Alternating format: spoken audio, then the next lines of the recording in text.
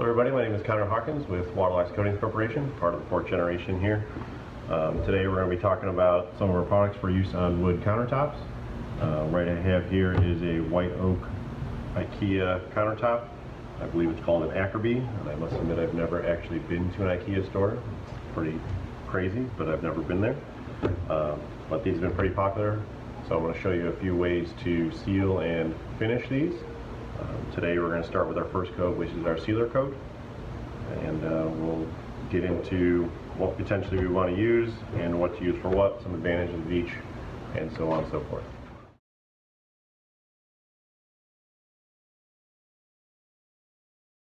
So first things first, we have our new Waterlox Universal Tung Oil Sealer, also known as UTOS for short. This is kind of a high solids rub-in type product. We put a little bit on the surface, we rub it in, we wipe off the excess. So it's great for that. You definitely have a rag nearby to catch runs, drips, and we'll also use this to wipe off the excess. What I use to like to apply is this just a facial sponge. You want to make sure you don't have any soaps or anything that's impregnated into it, but it's just kind of a soft pad, woven pad, good for buffing, non-abrasive of course. You can use other things like old t-shirts, microfiber sponges for polishing your car. Just you want something that's not going to fall apart as you rub a wood surface, so no paper towels or anything like that. The other option we have is our tried and true Waterlox Original Sealer and Finish. This is a solvent-based product. It has a little bit more of an odor to it, but some good ways to apply that are first and foremost, a good natural bristle brush. Foam brushes can be used, especially on early coats. And then for larger projects, I really like these wool pads, but you could also use synthetic paint pads as long as they're built for solvent-based finishes. Definitely have a rag nearby for runs or drips or spills, and we have some nitrile gloves so we don't get any in our hands and things like that. I do have this taped off in a few sections, so we can do a few different projects on it, but we'll get started here and start applying this Universal Tung Oil Sealer.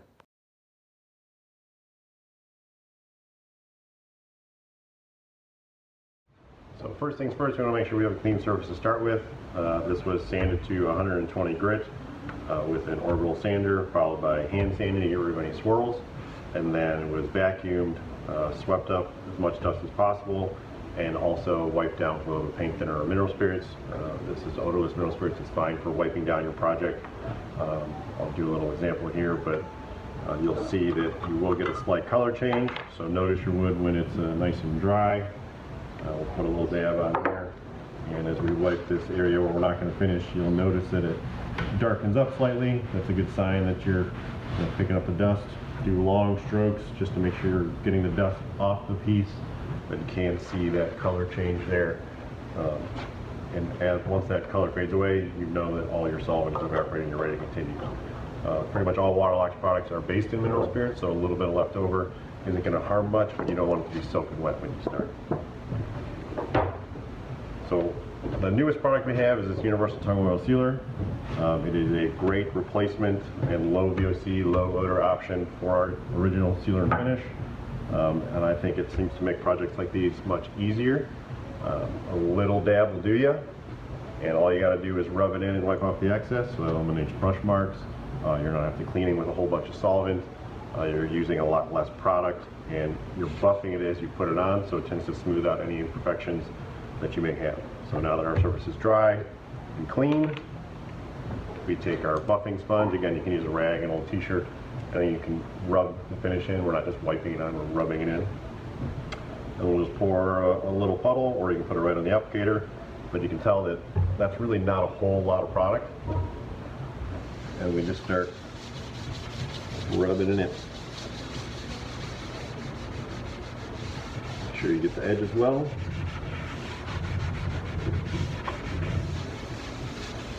And you'll notice your first puddle is not going to go very far, because a lot of it's going to get soaked up in your rag or your t-shirt. So then we just pour a little bit more.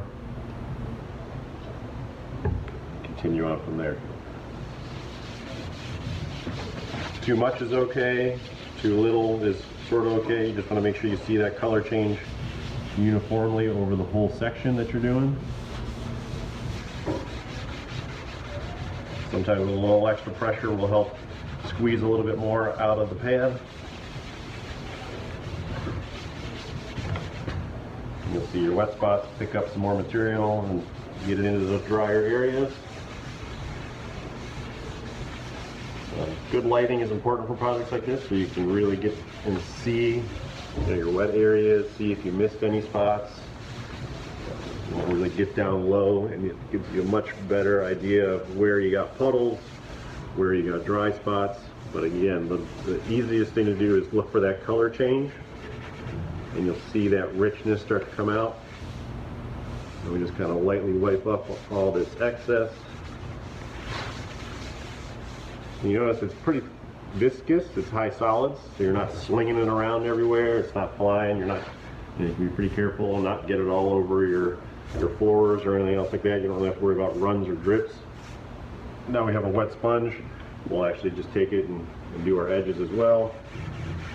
Edges are going to be less important because you don't really have standing water there, but this will get you good consistent color and get you some additional protection as well. I'm just going to watch out for my sawhorses there, and we just rub that out. So I'm not sure if you can tell on the camera, but you have some shiny areas, some dull areas, just a quick wipe. And we're just going to kind of let this tung oil and resin blend of the Universal Tung Oil Sealer do its thing for a moment. It's going to want to soak into the wood. The wood enjoys being re-oiled. So we'll let that sit, or you dispose of this properly, let it dry out before you toss it into a trash can. It should be dry overnight. But before you throw it away, dispose of it properly so you reduce your risk of any combustion or fire. You don't want to trap oils in a plastic bag. While I let that sit, we'll usually let that sit 5, 10, 15 minutes. In a bigger project, you can pretty much start at one end, work to the other side. By the time you get done with that full section, you can go back to the beginning and start wiping off the excess. While we're waiting, we can put on a coat of our original sealer and finish and see how that works. I'm just going to use a foam brush just for this demonstration. Again, it's fine for early coats. If I was doing the whole countertop, I'd probably go more with this foam pad. It's just quicker, easier, a lot less effort. But the sealer finish does not need to be stirred, does not need to be shook, no matter how old it is. There's no additives, there's nothing that'll settle. You just open the can and it's ready to use.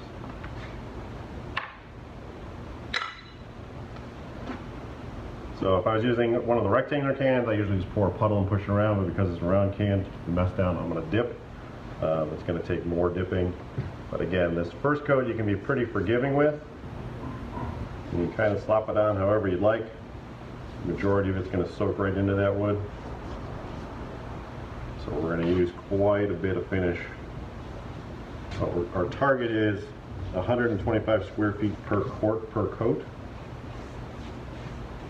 And you notice I'm going cross grain here. Again, there's no additives, there's no fillers, there's no anything that needs to be stirred. At the same time, you don't necessarily need to lay it down with the grain either, because it's a perfectly clear product.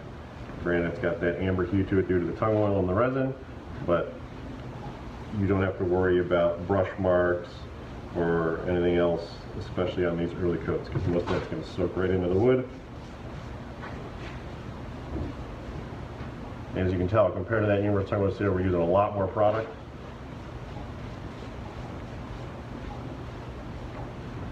We're brushing on a nice wet coat here. So again, you get low, you can see I have a lot of bubbles. Make sure you don't have any missed areas. And then what I like to do is start at kind of one edge and just lightly drag that brush, not putting any pressure on it, and we're just dragging that brush. That should get rid of a majority of your bubbles. You'll still have some while it's wet, if you want a nice wet coat. Again, this is where those larger brushes come in handy. Fewer brush strokes, fewer maneuvers, a bigger brush, but this is doing just fine for demonstration purposes. As you'll look, you'll see that it's not a very smooth surface from what you may be able to tell. There's still a fair amount of bubbles. It doesn't look very smooth or glass-like right after this coat, but you have to remember that this coat is going to soak into that wood pretty substantially, so we're not too worried about what's on the surface. Now that I have a little bit left on our brush, I'll do the edges as well. And this, you really want to make sure you don't go too wet, but we're just wiping on thin coat again, looking for that color change. And cap that up. And that's our first coat of sealer finish.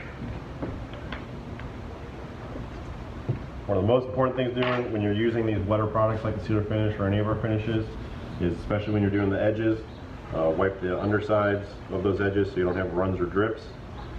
Those can kind of distort your finish on the other side when you flip it over to do the other side if you need to.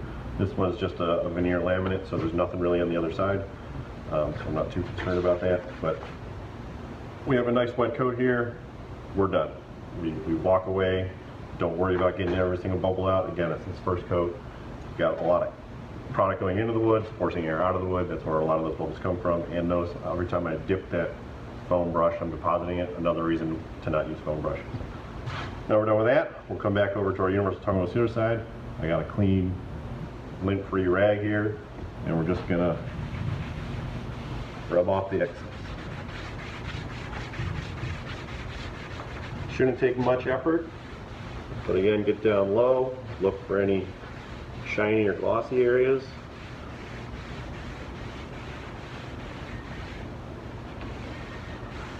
Get all our edges. Most of this is soaked into the wood by now. We'll wipe the sides of our countertop down. You see we pulled a little bit of material off. We did have a slight color change there.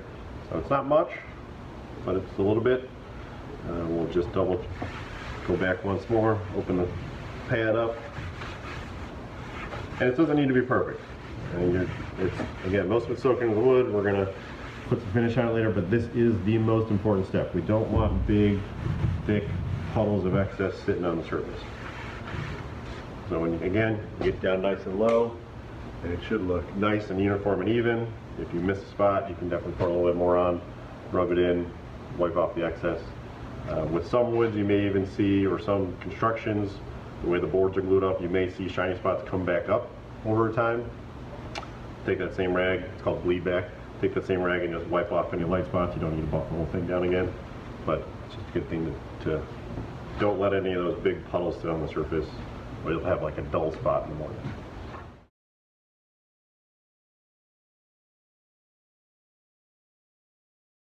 So this is right after we finish buffing off the excess Universal Tung Oil Sealer. If you can look down low, you'll see there's basically zero sheen to it. That's kind of what we're looking for. We got all that oil and resin down into the wood. Here's our traditional sealer and finish side. Looks a little bit more golden and wet at now, and you can tell it's very rough as you see in that reflection. Again, that's a lot of those wood fibers and bubbles. When we come back after this is dry, 99% of that will be gone on its own. So again, don't worry about it too much.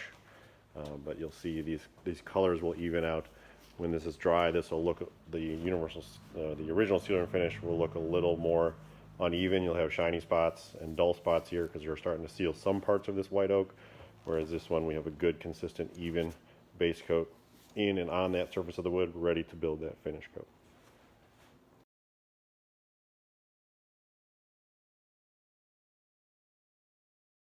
Welcome back, everybody. It's about 3 o'clock in the afternoon. We put this on at about 9 a.m.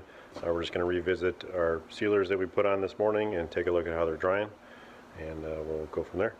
So on the foreground here, the close side, that's our Universal Tung Oil Sealer, UTOS, and then the shinier side, that's our original sealer and finish, the 5284 product. As you can tell, it is totally dry. There's nothing on the hand. Same here with the original sealer and finish. However, this is going to have more of a grip to it, but you're not going to leave fingerprints. It's not going to trap dust anymore. So it's in general dry to the touch, but it is pretty soft, so you still want to be very careful with that. But you have to worry a lot less about dust or fingerprints or anything landing in that finish and sticking. If we get down nice and low, you can see there's no sheen on this Universal Tung Oil Sealer product. It looks very consistent and even. We have no shiny spots, no bleed back. Again, it's totally dry. This original sealer and finish side, you'll see you have glossy areas, and if you can get in the right light, you'll see very starved looking areas, especially those middle boards there. That's an evidence of the product soaking in that more open grain and sitting more on the surface than the closed grain. We still want to give this a full 24 hours to dry before we put our finish coats on. We'll do probably at least a minimum of 2 more for oak, but you get that nice rich golden color. And at this point, after your first coat of sealer, again, you have a lot of product in the wood, even though you do still see some shine. And on the Universal Tung Oil Sealer side, we have no shine.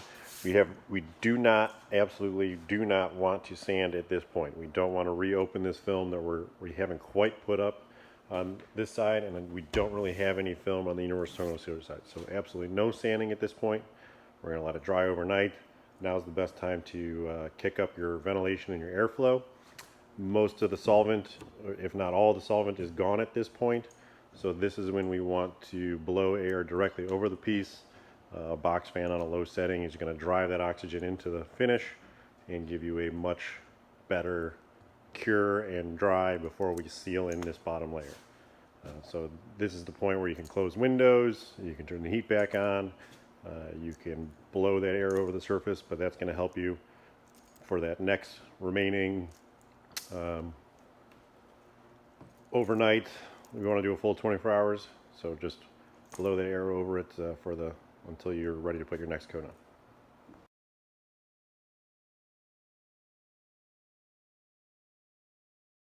So here we are the next morning after our initial coat of sealer. Again, the Universal Tung Oil Sealer is on this close-up section, and then here we have our original sealer and finish. As you can tell maybe from the video yesterday, about 6 hours after the initial application, the gloss has died down even more and that grippiness is gone. So this is kind of indicating that we're ready to go. You don't have any more of that surface grip. The fan's been going all night. Everything's nice and clean. Before you continue, I do a quick wipe down with a little paint thinner or mineral spray to get rid of any dust that may have settled, and then we're ready to go ahead and coat. Our Universal Tung Oil Sealer is nice and dry, as it was about 6 hours after it was applied, and you can tell that they both look pretty similar. You're definitely going to have more gloss on the original sealer and finish side where it's building up, but you see that it has died down even a little bit more since yesterday.